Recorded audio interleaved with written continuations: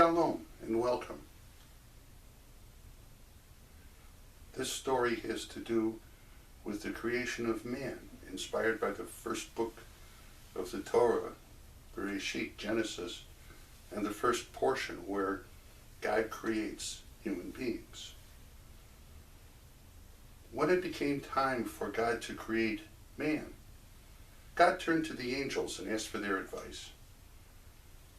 For example, the angel of love said that God should go ahead with the project, create human beings, because they will bring affection and love to the world.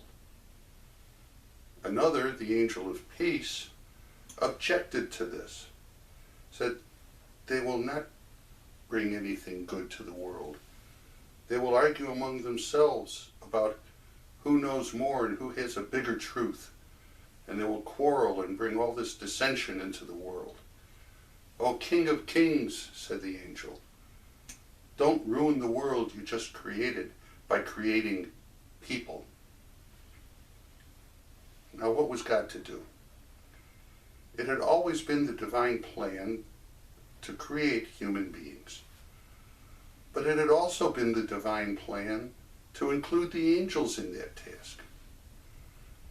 God had even planned to deceive the angels by telling them the future deeds of only the righteous people, not the deeds of the wicked.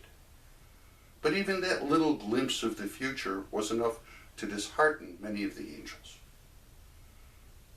So God had to call them together and ask them,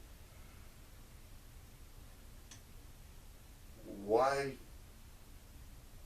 was it not true that I could create the world for the beauty and benefit and admiration of human beings?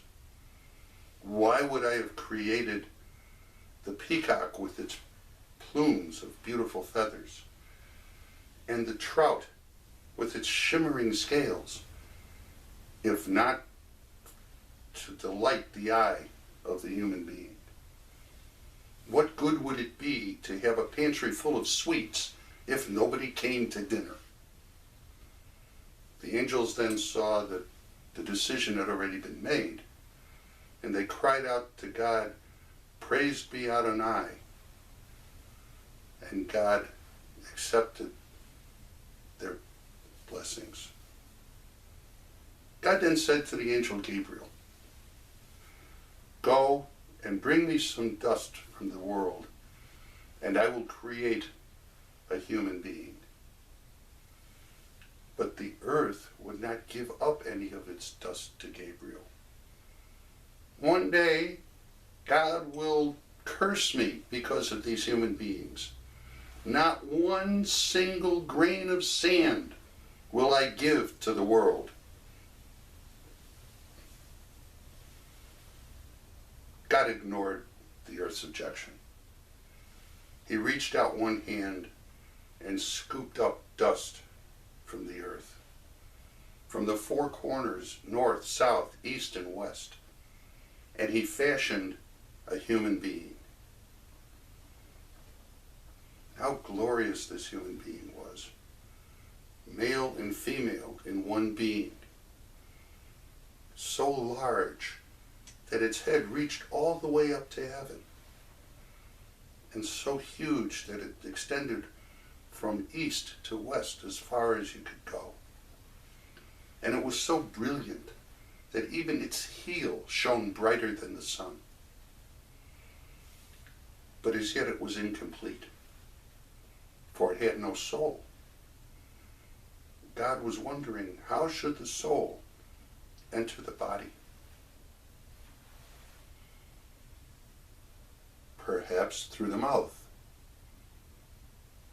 No, for the mouth will utter lies and deceit.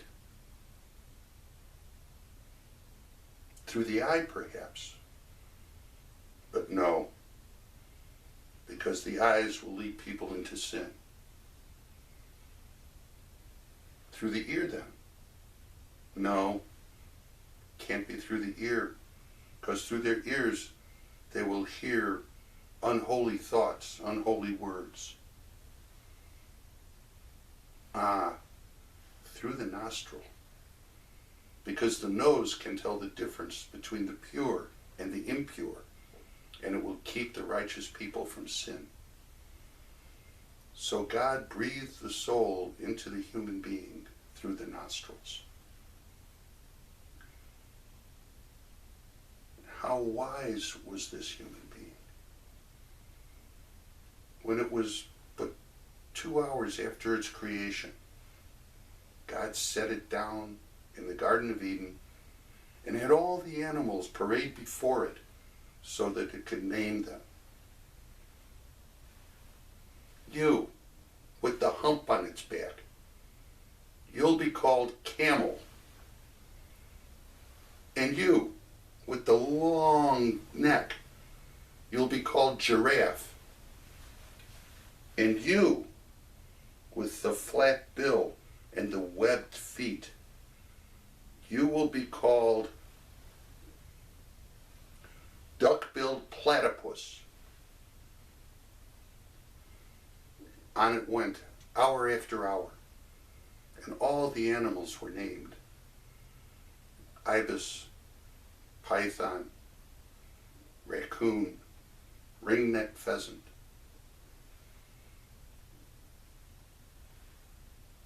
Then God turned to the namer, and he said to the human being, "And what will your name be?" The human being replied to God,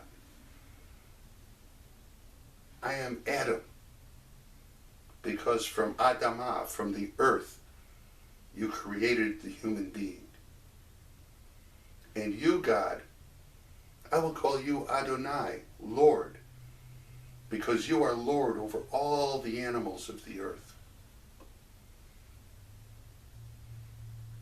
And Adam not only named all the animals, but he created the 70 languages that existed on the earth. And not only that, he created the alphabets for each of the languages so that they could be written down. Then God divided Adam into two. He divided Adam into male and female. And from that time on, human beings were not alone. Shalom.